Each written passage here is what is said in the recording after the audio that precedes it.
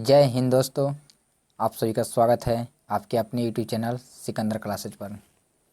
आज हम class 10th के मैथ और साइंस का सेट नंबर 5 लेकर आए हैं, जो कि एनसीईआरटी पैटर्न पर आधारित है और एग्ज़ाम में बार बार इसे पूछा जाता है। जो 2021 में एग्ज़ाम देना चाहते हैं उसके लिए मोस्ट वीवीआई है। चलिए देर न करते हुए शुरू करते हैं।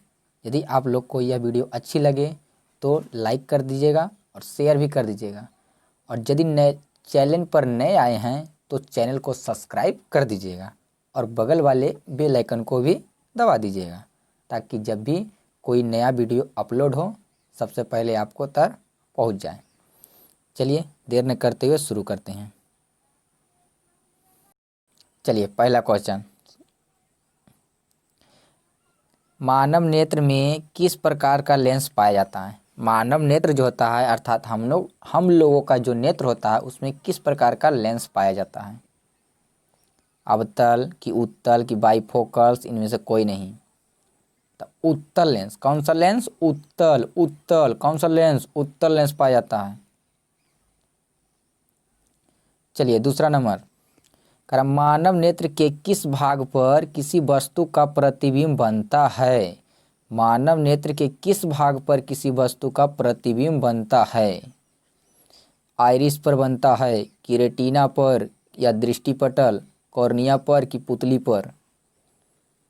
तो रेटिना या दृष्टिपटल पर। कहाँ बनता है? रेटिना या दृष्टिपटल। रेटिना या दृष्टिपटल पर कहाँ बनता है? रेटिना या दृष्टिपटल पर।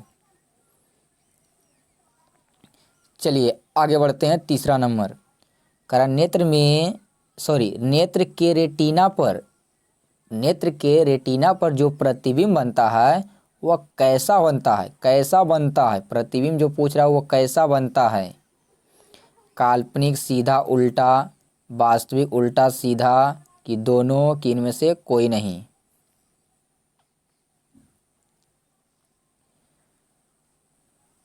तब वास्तविक, उल्टा, छोटा। वास्तविक, उल्टा और क्या बनता है? छोटा। वास्तविक उल्टा कैसा बनता है? छोटा। वास्तविक उल्टा और छोटा। चलिए चौथा नंबर, सामान्य दृष्टि वाले व्यक्ति के लिए स्पष्ट दृष्टि की न्यूनतम या अल्पमत दूरी होती है। न्यूनतम माने कम दूरी। स्पष्ट दृष्टि की न्यूनतम या अल्पमत दूरी कितना होता है? अनंत होता है कि 25 सेंटीमीटर की 25 मीटर की 2.5 सेंटीमीटर। तब 25 सेंटीमीटर कितना होता है? 25 सेंटीमीटर। 25 सेंटीमीटर। चलिए आगे बढ़ते हैं। पांचवा नंबर, एक स्वस्थ आँख के लिए दूरबिंदु कितना होता है? दूरबिंदु होता है, एक स्वस्थ आँख के लिए दूरबिंदु होता है। कोशिश कीजिए पहले आप लोग जवाब देने का, उसके बाद फिर हम बताएंगे। कमेंट में ज़रूर बताइए।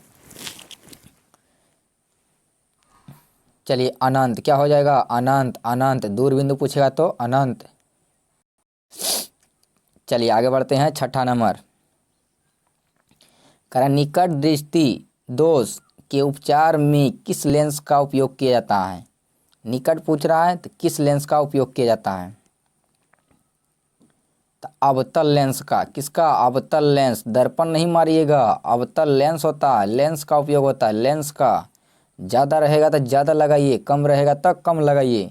निकट में ज़्यादा तो अवतल में भी ज़्यादा। ज़्यादा के लिए ज़्यादा, दूर, दूर में है कम तो दूर। उत्तल, उत्तल में भी क्या है? कम। तो कम के लिए कम लगाइए, ज़्यादा के लिए ज़्यादा लगाइए। निकट में 3 अक्षर, अवतल में 4 अक्षर। तो 3 और 4 दोनों बड़ा है तो बड़ा के लिए बड़ा लगाइए। दूर में 2 अक्षर और उत्तल में 3 अक्षर, माने इन दोनों में से छोटा है, इन दोनों में से छोटा है। तो बड़ा के लिए बड़ा लगाइए और छोटा के लिए छोटा लगाइए। चलिए आगे बढ़ते हैं। यदि आप लोग को वीडियो अच्छी लग रही है तो लाइक कर दीजिए, शेयर कर दीजिए, और चैनल पर नया है तो सब्सक्राइब जरूर कर दीजिए। 7वां नंबर, स्पेक्ट्रम प्राप्त करने के लिए किसका उपयोग करते हैं। स्पेक्ट्रम प्राप्त करने के लिए किसका उपयोग करते हैं, या वर्णपट उसी को कहते हैं। तो प्रिज्म का। किसका उपयोग करते हैं? प्रिज्म का। प्रिज्म का। चलिए आगे बढ़ते हैं। 8वां नंबर, दूरदृष्टि दोष के उपचार के लिए किस लेंस का उपयोग किया जाता है? दूरदृष्टि दोष का दूर करने के लिए किस लेंस का उपयोग करते हैं? तो उत्तल लेंस या अभिसारी लेंस, उत्तल लेंस या अभिसारी लेंस। उत्तल लेंस को ही कहते हैं क्या? अभिसारी लेंस। और अवतल को बोलते हैं, अवतल लेंस को बोलते हैं अपसारी लेंस, अपसारी लेंस। चलिए आगे बढ़ते हैं। 9 नंबर क्वेश्चन, कर पुतली के साइज को कौन नियंत्रित करता है? पुतली जो होता है ना, उसके साइज को कौन नियंत्रित करता है? तो परितारिका या आइरिस, परितारिका या आइरिस। यह जो होता है मानव नेत्र का रंगीन भाग होता है। परितारिका या आइरिस जो होता है, आइरिस, परितारिका या आइरिस जो होता है कैसा होता है? रंगीन भाग होता है। मानव नेत्र कैसा भाग होता है? रंगीन भाग होता है, रंगीन भाग होता है।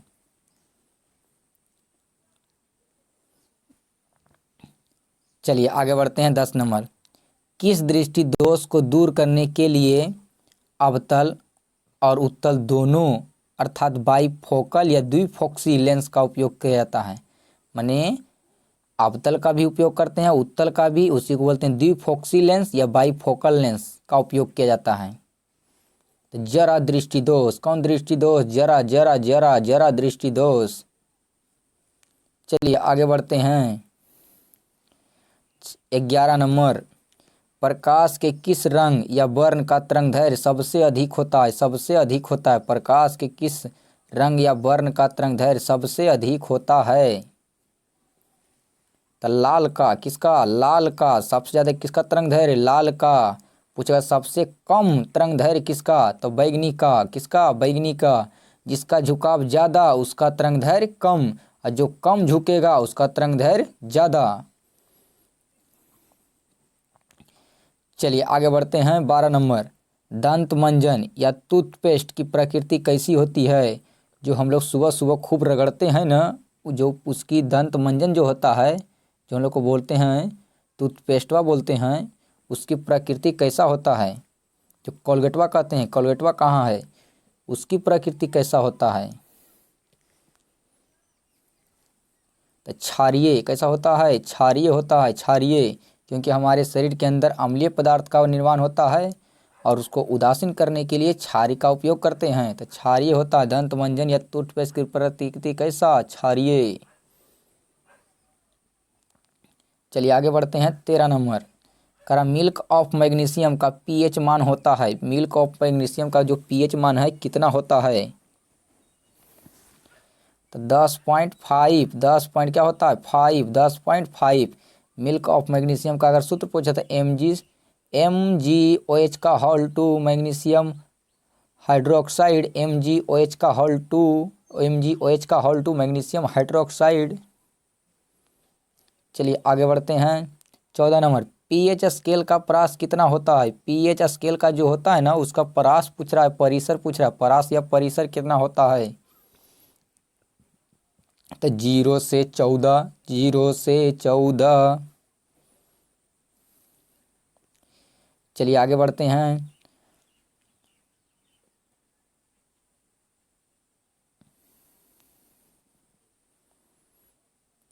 करा अधातु के ऑक्साइड होते हैं, अधातु के ऑक्साइड होते हैं, अधातु के ऑक्साइड होते हैं। तो अम्लीय अधातु कहेगा तो अम्लीय, अधातु कहेगा तो अम्लीय, अधातु तो अम्लीय। आ रहेगा तो अही लगाएंगे, आ रहेगा तो अही लगाएंगे। अ मतलब अधातु है, ये अ का मतलब अम्लीय, आ रहेगा तो अ लगाइएगा। और जब एक आध हो गया तो एक होता है धातु, तो धातु का हो जाएगा क्या? तो क्षारक। क्या हो जाएगा? क्षारक। धातु का क्या हो जाएगा? क्षारक।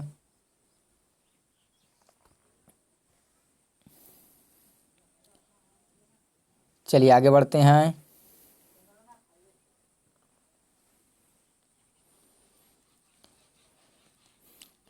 16 नंबर कह रहा है, आदर्श मिट्टी या उसे बोलते हैं उपजाऊ मिट्टी का पीएच मान कितना होता है? पीएच परास कितना होता है? उपजाऊ मिट्टी या आदर्श मिट्टी का पीएच परास या परिसर कितना होता है?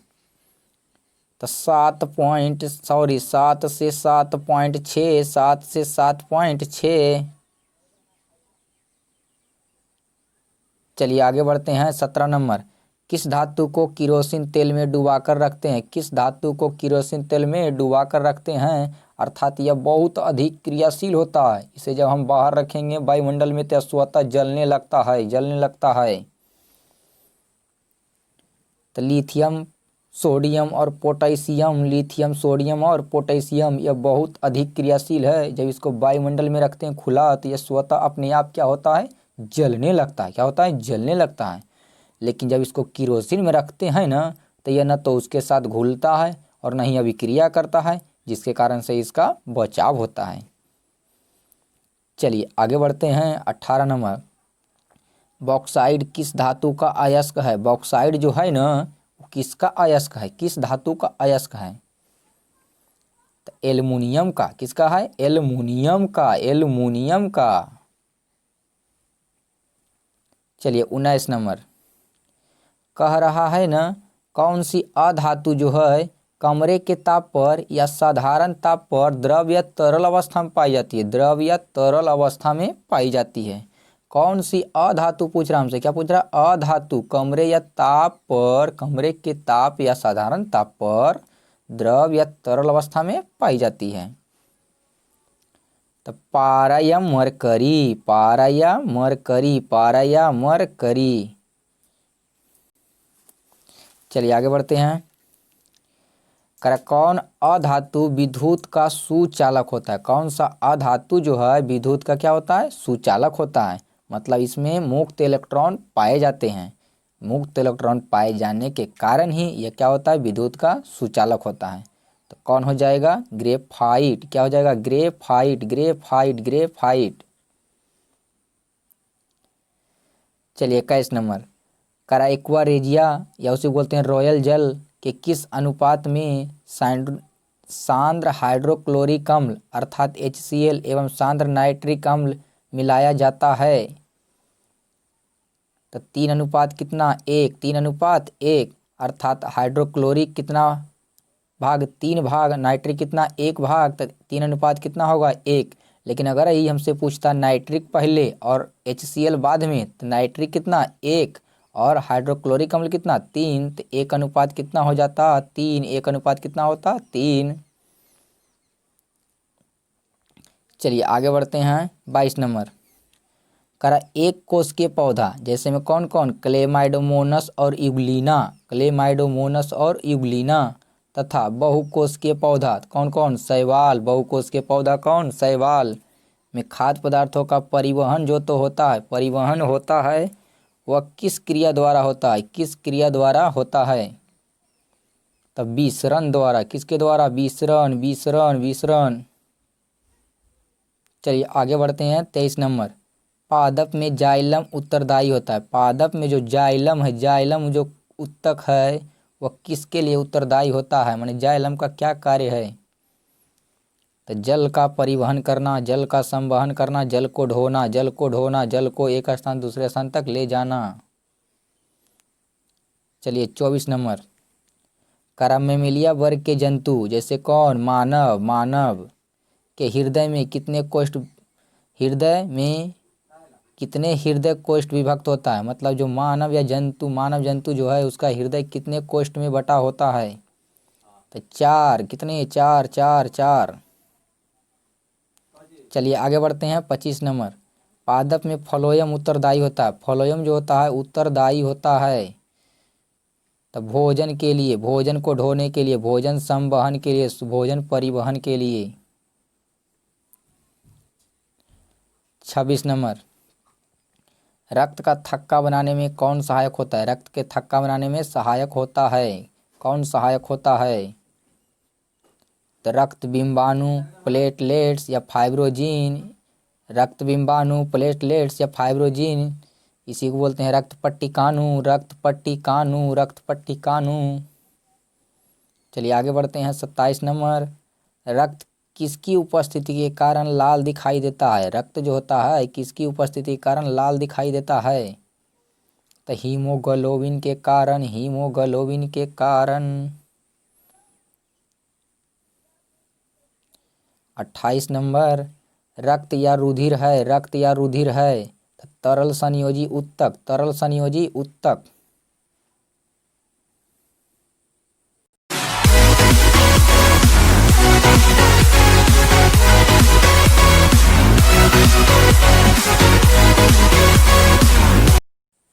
उन्नीस नंबर 29 नंबर, ऑक्सीजन का वाहक कहलाता है, ऑक्सीजन को वाहक कहलाता है, मैंने ढोने वाला ऑक्सीजन का कौन है? तो हीमोग्लोबिन या रुधिर, हीमोग्लोबिन या रुधिर। 30 नंबर, कह रहा है कि एक स्वस्थ व्यक्ति का सामान्य स्थिति में प्रकुंचन दाब तथा अनुशीतलन दाब का अनुपात कितना होता है? तो प्रकुंचन दाब कितना होता है? तो 120, और अनुशीतलन कितना? 80, और दोनों का अनुपात कहेगा तो कितना हो जाएगा? 120/80, 120/80। Option number C 120/80। लेकिन अगर यही पूछता अनुशीतलन पहले और प्रकुंचन बाद में, तो 80 बटे कितना होता? 120। 31 नंबर, यदि एपी का प्रथम पद कितना हो? ए हो, एपी का प्रथम पद कितना हो? ए हो, और पदांतर या सार्वंतर कितना है? डी है। कितना है? डी है।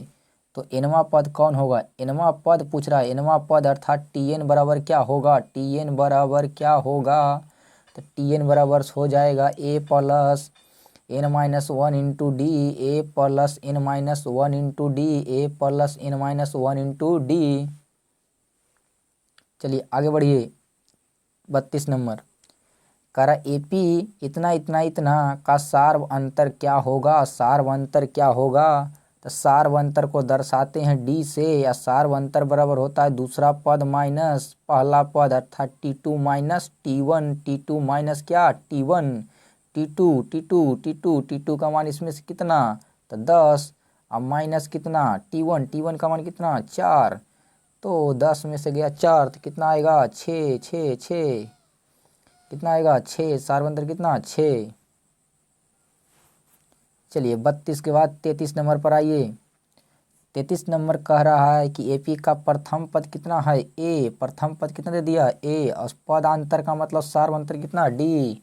तो इन पदों का योग, इन पदों का योग होगा, इन पदों का योग होगा, तो n/2 into 2a plus n-1 into D होगा, n/2 into 2a plus n-1 into D होगा। चलिए आगे बढ़िए। 34 नंबर, 34 नंबर में कह रहा है कि यदि इतना इतना इतना एपी के 3 क्रमागत पद हैं तो ए का मान निकालिए। एपी का 3 पद दिया है, T1 और T2 और T3 दे दिया है, तो कह रहा है कि ए का मान निकालें। जब इस टाइप का क्वेश्चन पूछे ना हमसे, तो क्या करेंगे कि हम जानते हैं कि सभी सार्वंतर सभी आपस में क्या होते हैं? बराबर। तो T2 माइनस T1 बराबर हो जाएगा क्या? तो सार्वंतर इसका निकालिए, तो T3 माइनस क्या हो जाएगा? T2, मैंने T2 माइनस T1 बराबर T3 माइनस T2। अब वहाँ से सबका मान रखिए, T2 का मान रखिए और T1 का मान रखिए, तो रख कर आइएगा तो ए का मान निकल कर आएगा। तो 4 बटे कितना आएगा? 3। आप लोग जरूर निकालिएगा 4/3। जब भी इस टाइप का क्वेश्चन पूछ दे कि 3 गो पद है और एपी में है, तो ए का मान निकाले, या ए की जगह कुछ भी रहे तो आप क्या कीजिएगा कि दूसरा में से पहला पद घटाइएगा, अब बराबर कीजिएगा, तीसरा में से दूसरा घटाइएगा। मतलब सार्वंतर दोनों को आपस में बराबर करना है, और वहाँ से इधर उधर करके ए का मान निकालिएगा। ए रहेगा तो ए का मान, पी रहेगा तो पी का मान, एक्स का रहेगा तो एक्स का मान निकालिएगा। एकदम ध्यान में इसको रखिए, बार बार पूछता है कि 3 गो पद दे देगा ए पी का, तो कहेगा ए का मान निकालें या एक्स का निकालें या वाई का निकालें। तो T2 माइनस डायरेक्ट सूत्र चलाइएगा, T2 माइनस T1 बराबर T3 माइनस T2, और वहाँ से मान सबका रखिएगा और इधर उधर करके एक्स या वाई का मान निकालिएगा। चलिए 35 नंबर पर आइए। करें यदि इतना इतना इतना का 10वां पद होगा, एपी दे दिया है, एपी इतना इतना इतना का 10वां पद ज्ञात करें। 10वां पद मतलब क्या? T10, तो T10 होगा क्या? तो ए प्लस कई डी 9D, ए प्लस कई डी 9D, 9D, 9D। जितना पद कहता उससे एक कम डी लेंगे, जितना पद कहेगा ना उससे एक कम डी लेंगे। ए का मान कितना? तो ए कहते किसको? तो पहला पद को, पहला पद 2 2 2, अब प्लस डी 9D 9, डी का मान निकालिएगा तो डी होता क्या है? T2 minus T1। T2 में से T1 गया था 5, तो आ गया 9 पचे कितना 45, 45 दू कितना 47, T10 का मान कितना 47। चलिए आगे बढ़िए और 36 नंबर बनाइए। 36 में कह रहा है AP दू डॉट खाली स्थान है 20, 9 का लुप्त पद क्या होगा। लुप्त पद माने दूसरा पद ज्ञात करना है। दूसरा पद क्या होगा। T1 मैंने पहला पद दिया है 2, T2 ज्ञात करना है। तीसरा पद दे दिया कितना 20। तो जब इस टाइप का क्वेश्चन पूछे ना हमसे तो आप क्या कीजिएगा कि T1 दिया है, T1 मतलब दे दिया हमें क्या A दे दिया। A बराबर दे दिया कितना 2 और T2 बराबर क्या होता है तो A प्लस क्या होता है A प्लस D। चलिए A प्लस क्या होता है D। अब देखिए तो T3 दिया हुआ है तो A प्लस का D 2D A plus 2D। तो वहाँ से A का मान और D का मान निकालिएगा। A का मान तो पता है, D का मान निकालिएगा। तो जब D निकल जाएगा तो यहाँ से रख दीजिएगा A प्लस D का मान रख दीजिएगा। या D निकालिएगा तो इसमें से घटाइएगा 29 में से कितना जाएगा 29 में से गया 20 तो कितना आएगा 9 और 2 कितना हो जाएगा 11। D का मान कितना आएगा 9 और प्लस A का मान कितना 2 तो 9 2 कितना 11।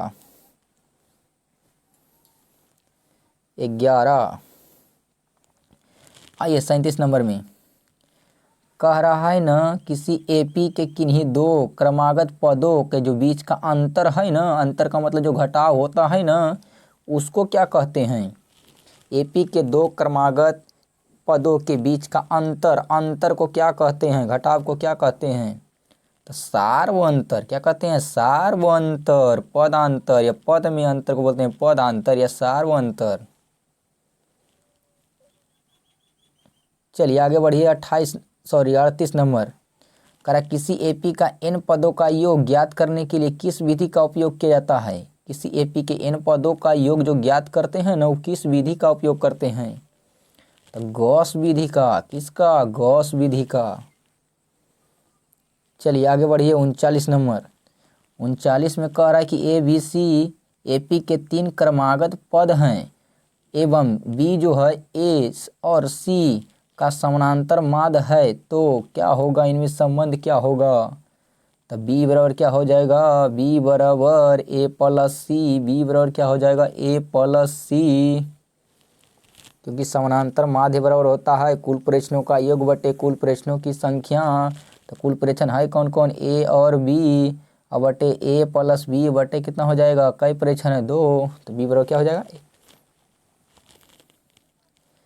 चलिए आगे बढ़ते हैं 40 नंबर और लास्ट क्वेश्चन कह रहा है किसी AP का सार्वअंतर का मान हो सकता है। सार्वअंतर का मान क्या क्या हो सकता है तो जो सार्वअंतर का मान होता है ना वो आप भी जानते होंगे, धनात्मक भी होता है। कभी निकालिएगा तो धनात्मक आएगा तो कभी ऋणात्मक आएगा तो कभी शून्य भी आ जाता है, तो इनमें से क्या होगा सभी। इनमें से सभी सार्वअंतर का मान धनात्मक ऋणात्मक और शून्य तीनों होता है। यदि आप लोग को यह वीडियो अच्छी लगी है तो लाइक कर दीजिएगा, शेयर कर दीजिएगा और यदि नए चैनल पर नए आए हैं तो सब्सक्राइब ही जरूर कीजिएगा।